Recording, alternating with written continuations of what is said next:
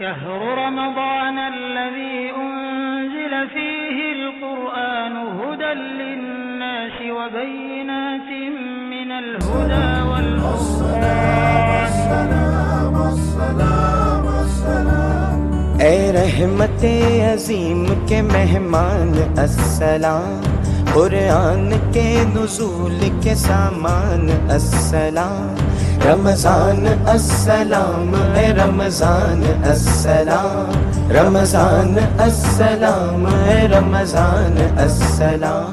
وقال الرسول يا رب إن قوم اتخذوا هذا القرآن مهجورا. الحمد لله رب العالمين والصلاة والسلام على سيد الأنبياء والمرسلين نبينا محمد صلى الله عليه وسلم وعلى آله وأصحابه أجمعين، أما بعد.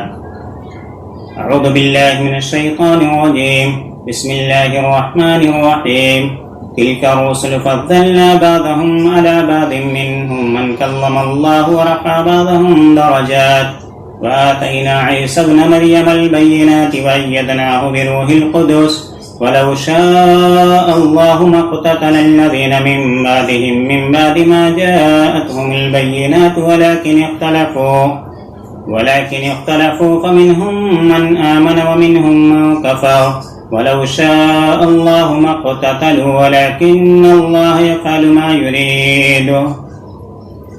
یہ رسول ہیں جن میں سے ہم نے بعض کو بعض پر فضیلت دی، ان میں سے بعض وہ ہیں جن سے اللہ تعالیٰ نے بات چیت کی ہے اور بعض کے درجے بلند کیے ہیں، اور ہم نے عیسیٰ ابن مریم کو معجزات عطا فرمائے اور روح القدس سے ان کی تائید کی. اگر اللہ تبارک و تعالی چاہتا تو ان کے بعد والے اپنے پاس دلیلیں آ جانے کے بعد ہرگز آپس میں لڑائی جھگڑا نہ کرتے، لیکن ان لوگوں نے اختلاف کیا، ان میں سے بعض تو مومن ہوئے اور بعض کافر، اور اگر اللہ چاہتا تو یہ آپس میں نہ لڑتے، لیکن اللہ جو چاہتا ہے کرتا ہے. محترم سامعین و حاضرین، اس تیسرے پارے کا آغاز رسالت سے ہوتا ہے. رسول کس مقصد کے لیے آئے، ان کے لوگوں کے ساتھ کس طرح کے تعلقات تھے، آدھا پارہ سورہ بقرہ اور آدھا پارہ سورہ آل عمران میں اسی کا بیان ہے. یعنی نصف پارہ سورہ بقرہ اور نصف سورہ آل عمران میں اسی کا بیان ہے. ان آیات میں یہ مطالبہ ہے کہ ہم رسولوں میں سے کسی کے درمیان فرق نہیں کرتے. رسولوں کی ایک لڑی ہے جو حضرت آدم سے لے کر رسول اللہ صلی اللہ علیہ وسلم تک ہے. دوسرے پارے کا اختتام اس بات پر ہوا ہے کہ اللہ کی آیات پڑھ کر سناتے ہیں اور آپ پیغمبروں میں سے ہیں. تیسرے پارے کا آغاز بھی رسول کے ذکر سے ہو رہا ہے. رسالت ایک مشن ہے، اس میں ایک آئیڈیل شخصیت کا تعارف کروایا گیا ہے. رسول کا لفظ ہمیں بتاتا ہے کہ کوئی ہے جو بھیجنے والا ہے، پیغام دینے والا ہے. رسول اللہ صلی اللہ علیہ وسلم کی طرف سے بندے اور رب سے ملانے کا رشتہ ہے. رسول براہ راست رہنمائی پاتے ہیں، نہ جھوٹ بولتے ہیں، نہ حق کو چھپاتے ہیں. جیسے انسان کو بجلی کی روشنی سے بہت سارے فوائد حاصل ہوتے ہیں، اسی طرح انسانوں کو روشنی اللہ کے کلام سے ملتی ہے. جو رسول لے کر آئے ہیں انسان کی بنیادی ضروریات کے مقابلے میں شعوری ضروریات سے اندازہ ہوتا ہے کہ اس کے بغیر انسان نہیں رہتا. رسولوں کے پاس وحی کے ذریعہ سے پیغامات آتے ہیں جو ہماگیر ہوتے ہیں.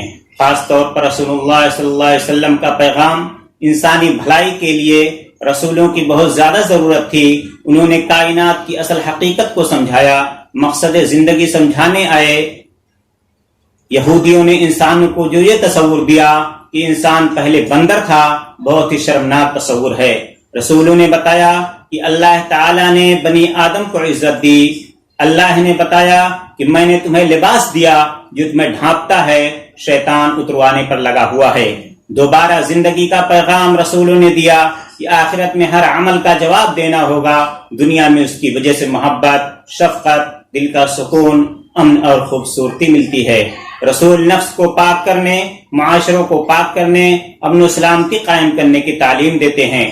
رسولوں کی ایک دوسرے پر فضیلت، انبیاء اور رسول کہ سب سے بڑی فضیلت تو یہی ہے کہ اللہ تبارک و تعالیٰ نے انہیں رسالت و نبوت عطا فرمائی. اس لحاظ سے ان میں کوئی فرق نہیں جس کے متعلق رسول اللہ صلی اللہ علیہ وسلم نے فرمایا مجھے کسی نبی پر فضیلت نہ دو. صحیح بخاری حدیث نمبر 6517. نیز فرمایا کہ کسی نبی کو نیز یہ بھی فرمایا کہ کسی نبی کو کسی دوسرے پر فضیلت نہ دو. صحیح مسلم حدیث نمبر 2373. صحیح بخاری 3414. رہ گئی ان کی باہمی فضیلتیں تو اللہ تبارک و تعالیٰ نے کسی ایک رسول کو ایک فضیلت اور کسی دوسرے کو دوسری فضیلت سے نوازا. مثلا حضرت ابراہیم علیہ السلام کی یکسوئی، یوسف علیہ السلام کا صبر، یعقوب علیہ السلام کا صبر، حضرت عیسیٰ کو معجزات، محمد صلی اللہ علیہ وسلم کا اخلاق. رسول اللہ صلی اللہ علیہ وسلم کو بہترین اخلاق ملا، دین کو مکمل کیا، آخری نبی، آخری کتاب، آخری امت. آپ کا تذکرہ اذان اور نماز میں درود بھیجا، مقام محمود عطا کیا، معراج پر گئے. رسول اللہ صلی اللہ علیہ وسلم نے فرمایا مجھ میں حضرت یوسف جیسا صبر نہیں. فرمایا کہ مجھے کسی پر فضیلت نہ دو. صحیح بخاری 3353 نمبر کی حدیث ہے. جابر بن عبداللہ رضی اللہ تعالیٰ عنہ سے روایت ہے کہ رسول اللہ صلی اللہ علیہ وسلم نے فرمایا مجھے 5 چیزیں دی گئی ہیں. نمبر 1 نماز پڑھنے کے لیے تمام زمین پاک کر دی گئی ہے. نمبر 2 مال غنیمت حلال کیا گیا.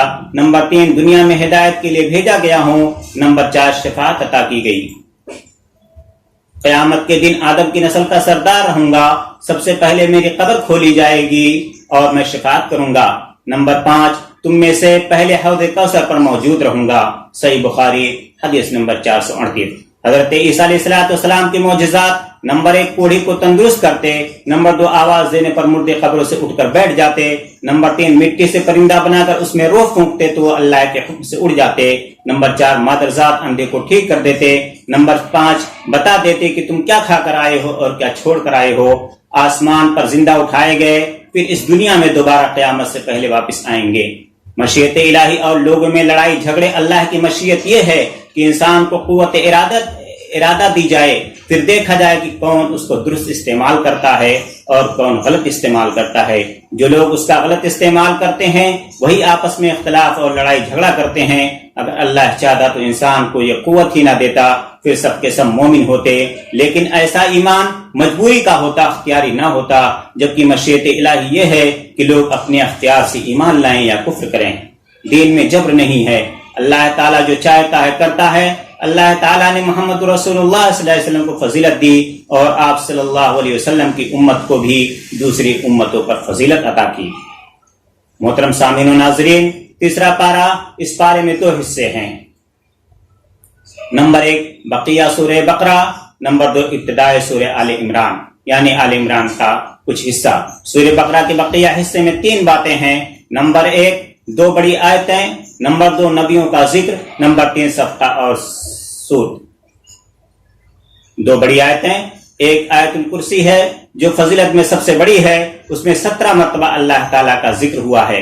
دوسری آیت مدائنہ جو مقدار میں سب سے بڑی ہے، جس کو آیت دین بھی کہتے ہیں، اس میں تجارت اور قرض مذکور ہے. نمبر 2 نبیوں کا ذکر. ایک حضرت ابراہیم علیہ السلام کا نمرود سے مباحثہ اور احیاء موتیٰ کے مشاہدے کی دعا. دوسرے عزیر علیہ السلام جنہیں اللہ تبارک و تعالیٰ نے 100 سال تک موت دے کر پھر زندہ کیا. صدقہ اور سود.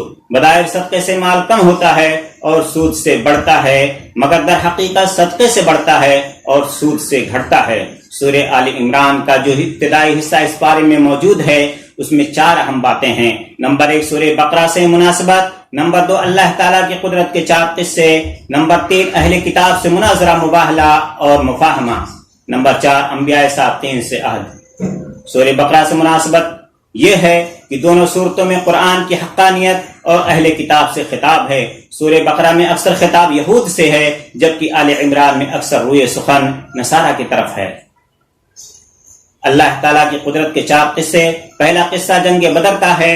313 نے 1000 کو شکست دے دی. دوسرا قصہ حضرت مریم علیہ السلام کے پاس بے موسم پھل کے پائے جانے کا ہے.